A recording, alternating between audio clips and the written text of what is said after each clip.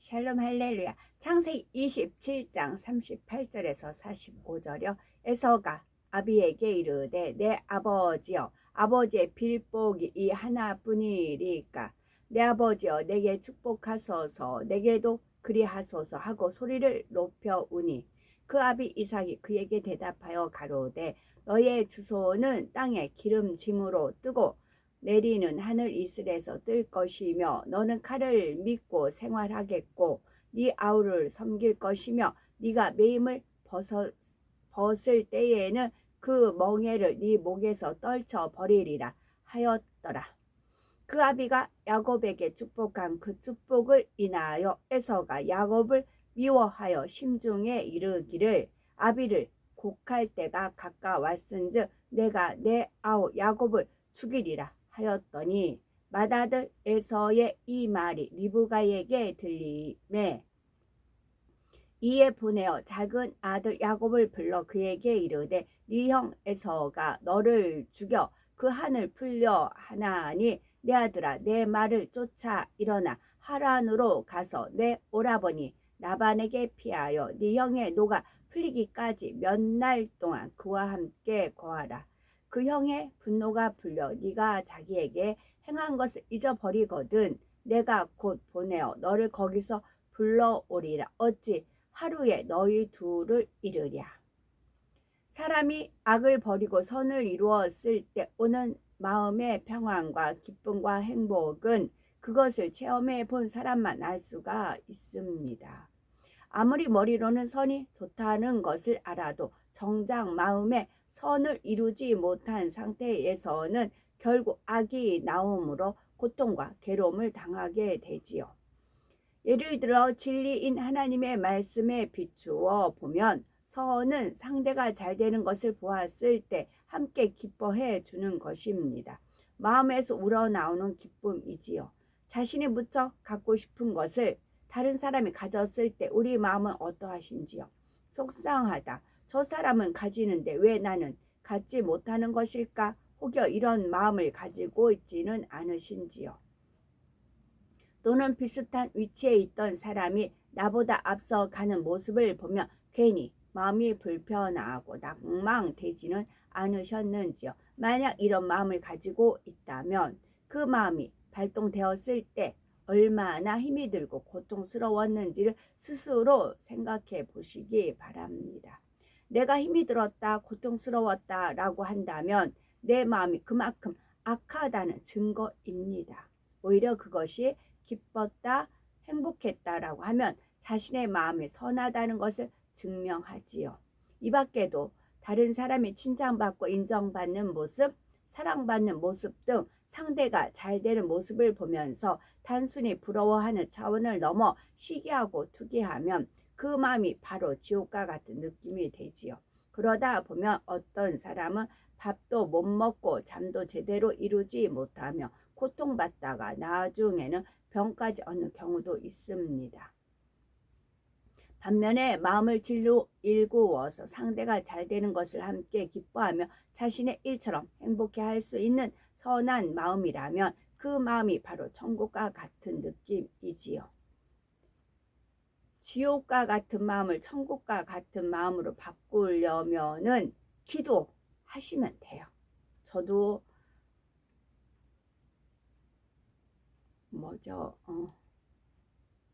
힘이 들고 고통스럽다 이런 과정 다 있었지요.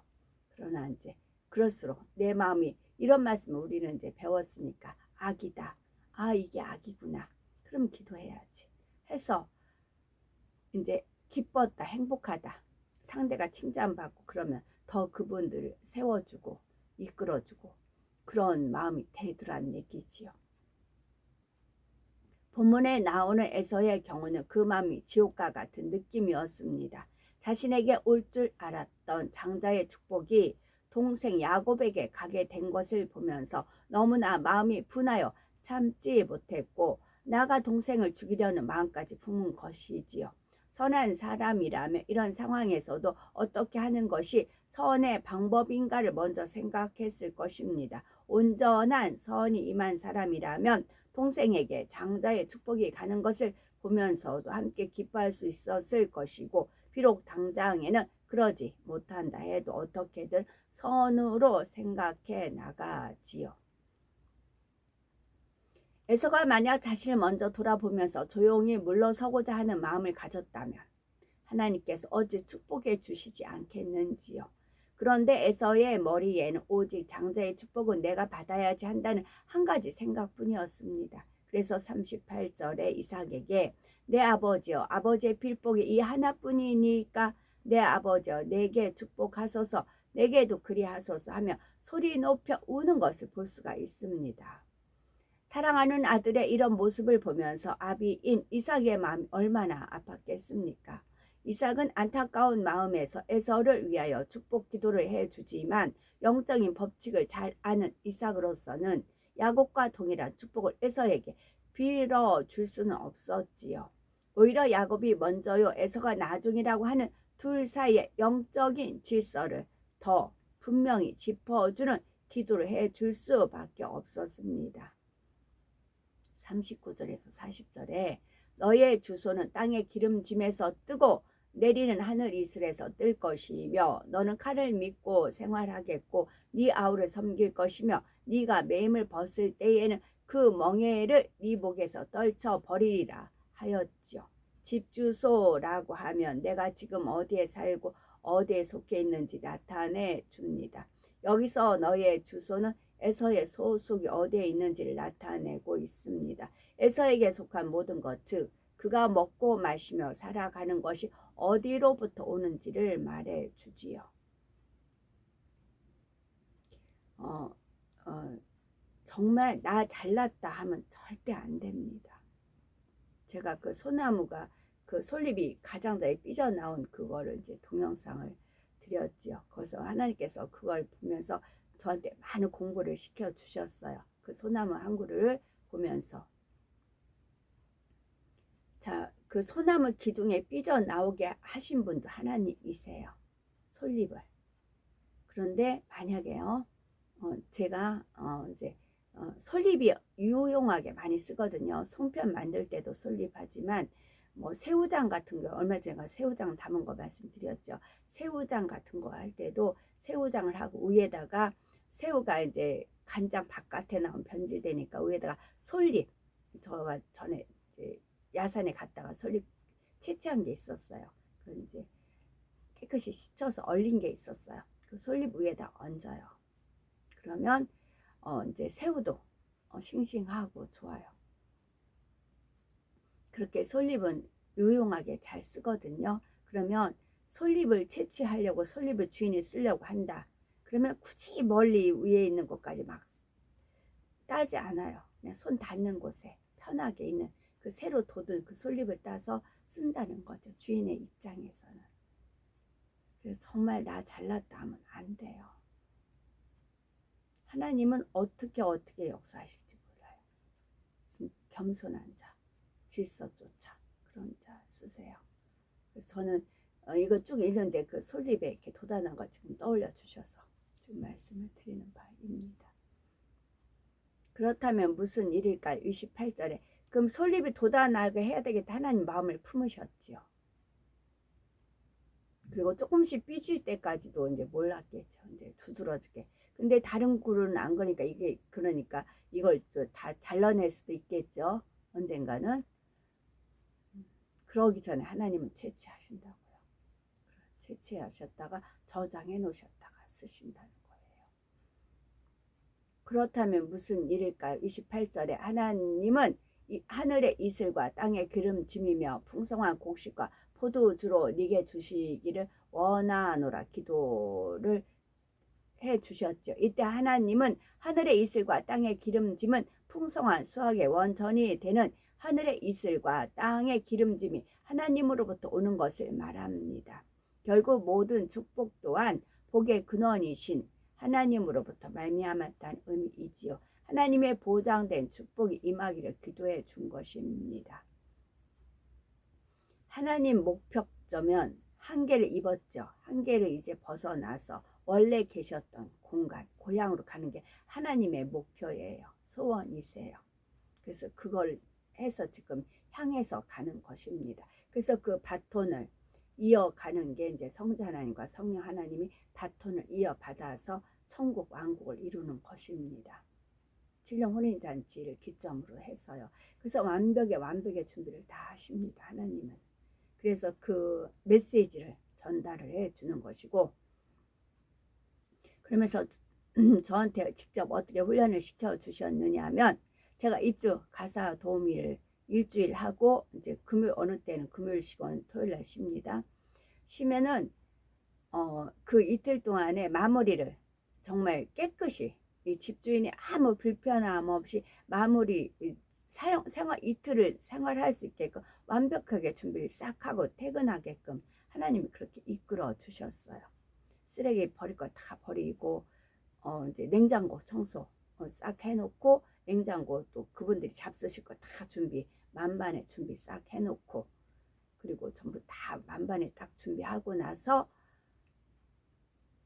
퇴근을 합니다. 주인이 아무 불편함 없이 이렇게 생활할 수 있게끔 그렇게 훈련을 5년을 저를 이렇게 훈련을 시키셨어요. 그때 이제 저는 이제 감동을 주죠. 갑자기 맞다, 쓰레기 청소해야지, 쓰레기 치워야지, 또 뭐 해야지 그때 떠올려 주셔서 그렇게 일을 했었지. 5년간은 그렇게 일을 했었습니다. 마무리를 지었지요. 지금 이제 그와 같다. 내가 너를 그렇게 시켰듯이 나 또한 마찬가지다. 그래서 완벽하게 전부 다 천국을 이루신 다음에는 홀가분하게 원래 계셨던 올라가서, 그리고 나서 우리가 이제 잔치할 때 성자 하나님이 베푸시는 그 성잔치할 때, 그때 우리가 간절히 하나님을 막 찬양을 하고 막 그러잖아요. 행복한 마음으로. 그럼 하나님께서 음향을 하시다가 나 도저히 안 되겠다, 나 내려가 봐야 되겠다 하고 내려오신다고요. 그거 내려오신다고. 거기는 이제 분체 아버지가 계시니까, 아버지 형상 계십니다. 주님과 닮으셨어요. 아버지 형상 계십니다. 아버지신데 분체 그게 틀린 거죠. 그렇게 해서 이렇게 보시고는 이제 가신다고, 이제 주님하고 우리한 이제 성자 하나님과 성령 하나님한테 사인을 주시죠. 그리고 나서 그분들이 올라가시는 거, 우리는 이제 아련을 하고 또 이렇게 이제 정중히 드리죠. 어느 때는 티 안 나게 간다라고 하실 때가 있고, 이렇게 싹 빠져나가시죠. 그리고 연회하고. 그래서 그것을 하루아침에 뚝딱이 아니에요. 하루아침에 뚝딱이 아니니까 이 땅에서부터 서서히 신령과 진정으로 예배를 드리는 거죠. 성령의 감동, 감화, 교통, 충만함 속에서 은혜 가운데 예배를 드리시는 것, 그게 몸에 배웠을 때 천국에서도 이어지는 것입니다. 그 훈련을 지금 하는 것이고, 그래서 신령과 진정으로 예배를 드려야 되는 것이고요. 왜냐하면은 단지파는 그 새 예루살렘 성 안에 그 거하는 단지파가 예배 드리는 거를 중점으로 해서 천국의 낙원까지 쫙 같이 예배를 드리는 것입니다. 거기에서는, 그쪽에서 예배 드릴 때는 하늘에 화상이 뜹니다. 하늘에 커다랗게 이제 모니터 같이 화상이 쫙 뜹니다. 거기서 이제 그래서 단지파 새 예루살렘 성에서 드리는 예배가 지금 실방 하듯이 그게 뜹니다. 각 처소마다 3,000층까지. 새 예루살렘에서는 다 한 공간에서 모여서 예배 드리고요. 그 나머지 처소는 하늘에 화상이 뜹니다. 화상이 이제 뜨면서 예배를 드리는 것이죠. 그게 이제 모방해서 이 땅에서 그렇게 이제 뜨는 그런 것이 있는 것이고요. 그 훈련을 지금 하는 겁니다. 암암리라는 게 있어요. 암암리에 서서히 하는 것입니다. 그래서 지극히 작은 것에 충성된 자가 큰 것에도 충성된다, 그러는 것입니다. 이 땅에서 신령과 진정으로 예배 드리는 그 마음으로 천국에 가서도 신령과 진정으로 예배 드리는 것입니다. 이삭이 에서를 위해 기도하면서 집에서 새는 바가지 바깥에서 새고, 그런 표현이 있지요. 그게 적응을 시키면 됩니다. 이 땅에서 내가 예배 드리는 그만큼 마음 향으로 인해서 천국에서 예배를 드리는 것이죠. 너의 주소는 땅의 기름짐에서 뜨고 내리는 하늘 이슬에서 뜰 것이라 한 것은 에서가 앞으로 받을 축복이 이제는 장자의 축복을 받은 야곱에게 속해 있음을 말해 줍니다. 하늘의 이슬과 땅의 기름짐의 축복이 장자의 축복을 받은 야곱에게 돌아갔기에 에서는 결국 야곱에게 속한 바 되어 야곱이 받는 축복의 일부를 받는다는 말이지요. 에서는 야곱에게 속해 있다는 뜻입니다. 또한 이삭은 에서에게 너는 칼을 믿고 생활하겠다 했습니다. 이는 그가 앞으로 어떤 삶을 살게 될지를 말해 주지요. 칼을 믿고 생활한다는 것은 그가 성실히 행하는 만큼 얻는다는 뜻이며 동시에 하나님으로부터 변질되어 나갔을 때는 끊임없는 침략과 전쟁 가운데서 지킴받지 못할 것을 뜻합니다. 그러면서 네 아우를 섬길 것이라 말씀했는데 이는 야곱과 에서의 상하 관계를 정확히 해주는 것입니다. 야곱이 주권자로 서며 에서는 그 하위에 속한다는 것이지요.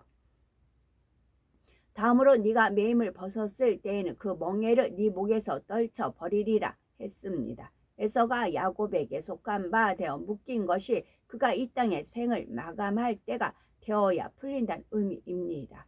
에서가 장자이면서 야곱에게 속한 바 되어 질서상 아랫사람으로 묶이게 된 멍에가 그가 매임을 벗을 때에 즉 이 땅의 생을 마감하는 때가 되어야 비로소 목에서 떨쳐버리고 자유로워진다는 의미이지요. 그런데 이 땅의 생을 마감하고 나면 비록 이 땅에서 묶인 멍에는 풀려도 정확한 영적인 질서 가운데 살아가는 내세가 기다리고 있다는 사실을 알아야 합니다.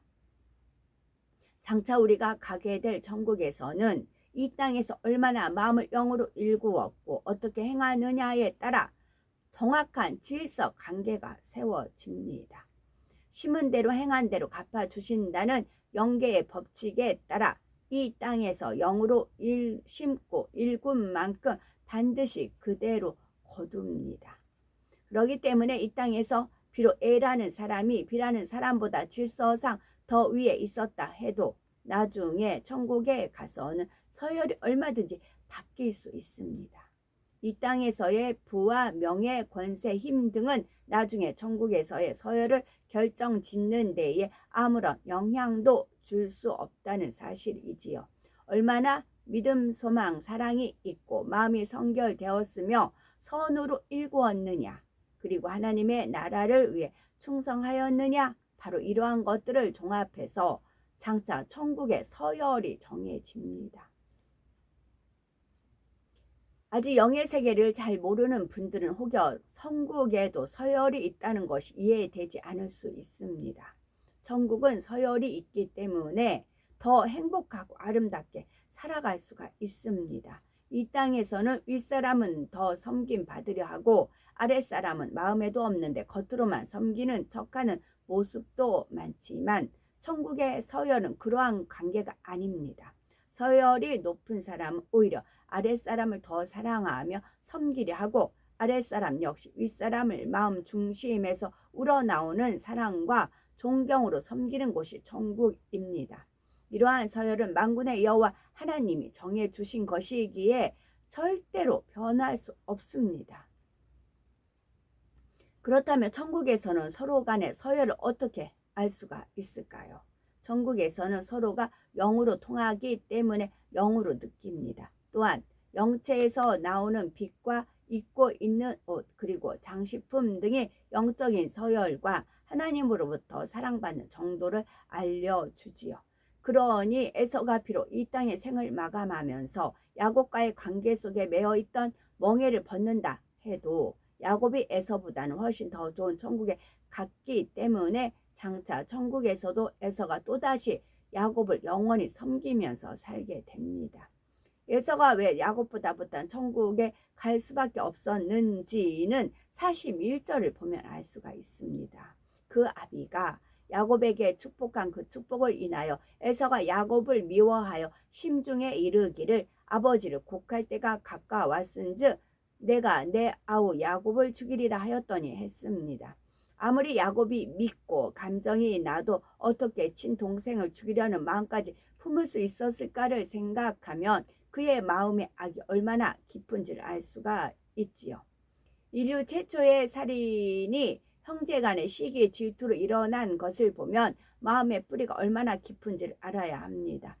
에서와 야곱 사이를 볼 때에도 형제 사이였다는 사실을 생각할 때에 여자만 시기 질투가 많은 것이 아니라 남자 역시 깊은 뿌리를 가지고 있음을 알 수가 있습니다. 에서는 마음의 악의 뿌리가 깊었고 동생을 죽이려는 마음까지 먹었지만 아버지가 살아있을 동안에는 행함으로 옮기려고 하지는 않았습니다. 그나마 아버지 생전에 그러한 악을 행하는 것이 아버지에 대한 도리가 아니라고 생각했지요. 물론 동생을 죽이려는 마음을 품었다는 사실만으로도 부모님에 대한 도리가 아니지만 당시에는 행위적인 시대이기에 악을 당장 행하지 않은 것이 에서가 나중에 구원에 이르는 조그마한 선이라 할 수 있습니다. 독한 마음이 에서에게 있었기에 결국 야곱도 연단의 길로 접어들게 되지요. 만약 에서가 넓은 마음으로 야곱을 용서하고 품었다면 굳이 야곱이 집을 떠나야 할 이유가 없습니다. 하지만 에서가 그러지 못했기 때문에 야곱은 형을 피해 외삼촌 라반의 집으로 도망쳐야 했지요. 또 에서가 동생 야곱을 따뜻하게 품었다면 야곱이 후에 잘 되어서 형을 얼마나 극진히 잘 섬겨드렸겠습니까? 맏아들 에서가 동생을 죽이려는 사실을 알게 된 어머니 리브가는 야곱에게 알림과 동시에 외삼촌 라반의 집으로 피신하게 합니다. 42절에서 45절에 맏아들 에서의 이 말이 리브가에게 들림에 이에 보내어 작은 아들 야곱을 불러 그에게 이르되 네 형 에서가 너를 죽여 그 한을 풀려 하나니 내 아들아 내 말을 쫓아 일어나 하란으로 가서 내 오라버니 라반에게 피하여 네 형의 노가 풀리기까지 몇 날 동안 그와 함께 거하라. 네 형의 분노가 풀려 네가 자기에게 행한 것을 잊어버리거든 내가 곧 보내어 너를 거기서 불러오리라. 어찌 하루에 너희 둘을 이르랴 했던 것입니다. 어머니가 타이른다고 해서 들을 그런 아들들이 아님을 어머니도 알기에 이처럼 조처하였던 것이죠. 여기서 에서의 말, 즉 야곱을 죽이겠다는 말이 리브가에게 들렸다는 것은 에서의 분노가 얼마나 컸는지를 말해줍니다. 비록 아버지 이삭의 생전에는 야곱을 죽이지 않는다 해도 분을 단지 마음속에 담아둔 차원이 아니라 그것이 겉으로 붉어져 나온 것이지요. 상황이 이 정도에 이르자 리브가는 더 이상 둘을 함께 둘 수 없다고 생각합니다. 만약 둘이 마주치는 일이라도 있으면 자칫 다툼으로 둘 다 잃게 되지 않을까 하는 염려가 있었습니다. 하지만 리브가는 에서의 분노가 그렇게 마음 깊이 자리 잡았다고는 생각하지를 못했지요. 그래서 야곱을 외삼촌의 집으로 보내면서도 네 형의 노가 풀리기까지 몇 날 동안 그와 함께 거하라 했습니다. 리브가는 잠시 동안만 둘을 떨어뜨려 놓으면 에서의 분노가 풀려서 야곱이 자기에게 행한 것을 잊어버릴 것이라 했지만 이것은 잘못된 생각이었지요. 그 시간이 무려 20년이나 되고 말았습니다. 어차피 하나님께서 야곱을 변화시키기 위해 허락하신 연단이었기에 야곱이 철저히 깨어지고 변화되기 위해서는 20년이라는 세월이 필요했던 것입니다. 마침내 야곱이 하나님 앞에 철저히 깨어져서 낮아졌을 때 하나님께서는 그때야 비로소 야곱과 에서 사이도 화목게 역사해 주셨지요. 사람의 생각처럼 얼마 동안 떨어져 있다 해서 둘의 사이가 회복된 것이 아니라 철저히 깨어지고 변화되었을 때에 하나님께서 역사해 주셨지요. 잠언 16장 7절에 사람의 행위가 여호와를 기쁘시게 하면 그 사람의 원수라도 그로 더불어 화목하게 하시느니라고 말씀하셨지요.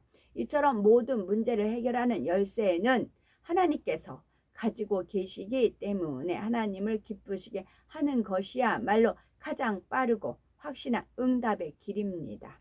야곱은 바로 자신의 생각과 틀을 철저히 깨트리고 변화되는 행함을 통해 하나님을 기쁘시게 해드림으로 사람의 능력으로는 도저히 풀릴 수 없을 것 같았던 문제를 해결받았습니다.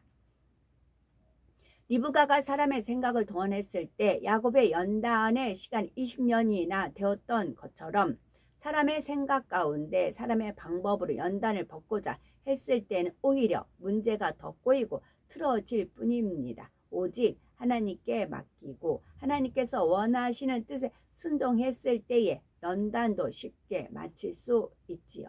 만약 야곱이 이러한 사실을 일찍 깨달아서 어머니의 말대로 순종할 것이 아니라 즉시로 하나님 앞에 무릎을 꿇고 자신을 철저히 낮추었다면 연단의 시간이 그처럼 길지 않았을 것입니다. 하지만 야곱은 본성 속에 강교한 속성을 쫓아 결국 자신의 살 길을 찾기 위해 어머니의 말을 들었고 그 속성을 뽑기 위해 20년의 연단이 필요했습니다. 리브가가 어떠한 꾀를 써서 야곱을 예산촌 집으로 피신시켰는지 과정이 나오죠. 어떤 사람은 다른 사람이 연단을 받으면서 나오는 악의 모습을 보며 저 사람은 왜 저렇게 악한가라고 판단하고 정죄합니다. 자신이라면 그러지 않을 것이라 생각을 하지요. 그런데 막상 자신이 그 같은 상황에 처하면 생각한 대로 될까요? 악은 모양이라도 온전히 버리기 전까지는 막상 자신에게 가장 취약한 부분을 드러내는 연단이 오면 깊은 곳에 있던 악의 모양까지도 나오게 마련입니다. 욥기 1장 우스 땅에 욥이라 이름하는 사람이 있었는데 그 사람은 순전하고 정직하여 하나님을 경외하며 악에서 떠난 자더라 했습니다. 이러한 욥도 연단을 받으니 마침내 근본 속 악의 모양이 하나하나 드러났습니다. 욥이 하나님과 친구들에게 뱉은 말을 듣고 어떻게 저런 사람을 순전하고 정직하여 하나님을 경외하며 악에서 떠난 자라 했을까 의문을 제기할 수가 있는 거죠. 하지만 하나님께서 욥에게 이러한 연단을 허락하신 것은 그를 더욱 온전케 하시기 위한 것이었습니다. 욥은 연단을 통해 결국 자신의 근본에 내재된 악의 모양을 깨닫고 발견하여 버림으로 이전보다 훨씬 더 영혼이 잘 되는 축복을 받았지요. 예전에 하나님을 안다 해도 바로 알지 못했기 때문에 욥은 하나님을 두려움으로 섬겼습니다. 그러나 연단을 통해서 하나님의 사랑을 알게 되니 철저히 회개함으로 깨끗이 치료받고 축복이 갑절로 임한 것입니다. 악에서 떠난 자라 했던 욥도 하나님께서 연단을 허락하시니 악의 모양이 나오는데 하물며 아직 육체의 일이나 육신의 일도 벗어내지 못한 사람은 어떻게 했습니까? 따라서 자신은 그러한 연단에 있지 않는다 하여 다른 사람을 판단하거나 정죄하는 일은 결코 없어야 할 것입니다. 우리가 육체의 일을 벗어버리면 그 다음에 육신의 일을 벗기 위해서 열심히 죄를 빌리기까지 싸워버려야 합니다. 그 다음에는 본성 속에 있는 악을 하나님이 연단해서 꺼내게 하십니다. 그래야 본성 속에 있는 악이 발견이 되고 그것을 돌이켜 다 벗어냈을 때 비로소 영으로 들어갑니다. 고린도전서 2장 15절 신령한 자는 모든 것을 판단하나 자기는 아무에게도 판단을 받지 아니하느니라는 말씀처럼 하나님께서 인정하시는 신령한 자, 즉 흠과 점과 티가 없이 악에서 떠나 온전히 영으로 들어온 사람만이 진리에 비추어 분별할 수가 있습니다. 하나님께서 인정하시는 온전한 영의 차원에 들어오기까지는 부단히 자신의 깊은 속에 내재된 악의 모양까지도 열심히 발견하여 벗어나가야 합니다. 물론 자신의 깊은 속에 내재된 악의 모양을 자기 스스로 발견할 수 없기에 연단이 필요하고 하나님께서는 그러한 연단을 받을 영적인 수준에 와 있는 사람에게는 때가 되면 연단을 허락하셔서 온전한 영의 차원으로 이끌어 들이시는 것입니다. 따라서 영으로 온 영으로 많은 사람이 들어오면서 우리는 내 자신을 발견하고 변화되는데 더 노력을 해야 되는 것입니다. 그러므로 연단을 두려워할 것이 아니라 기쁨과 감사함으로 받아서 자신을 발견하고 변화되는 사람이 신속히 영으로 온 영으로 들어갈 수가 있습니다. 그렇다 하여 미리부터 연단이 어떻게 올까 하고 긴장하실 필요는 없지요. 하나님께서는 각 사람의 수준에 맞게 연단을 허락하시기 때문입니다. 고린도전서 10장 13절 사람이 감당할 시험 밖에는 너희에게 당한 것이 없나니 오직 하나님은 미쁘사 너희가 감당치 못할 시험 당함을 허락지 아니하시고 시험 당할 즈음에 또한 피할 길을 내사 너희로 능히 감당하게 하시느니라 라고 말씀하시었지요. 하나님이 주시는 시험 연단은 하나님이 다 아셔서 피할 길을 주시되 감당할 시험 외에는 주시지 않습니다. 그 그릇에 따라 주십니다. 다윗은 믿음과 사랑과 그릇이 걷기 때문에 하나님을 믿고 신뢰함이 걷기 때문에 사울을 통해서 그런 큰 연단이 왔습니다. 그 연단을 이겼을 때 얼마나 큰 그릇이 되었겠습니까? 다니엘과 그의 세 친구도 마찬가지입니다.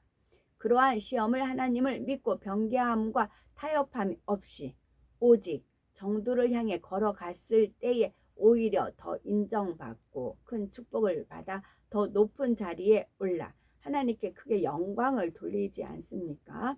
아브라함도 보면 더 감당할 시험이었습니다. 아브라함도 보면 다 감당할 시험이었습니다. 그릇이 크면 큰 만큼 시험도 크되 그 그릇이 이겨낼 만큼 시험을 주십니다.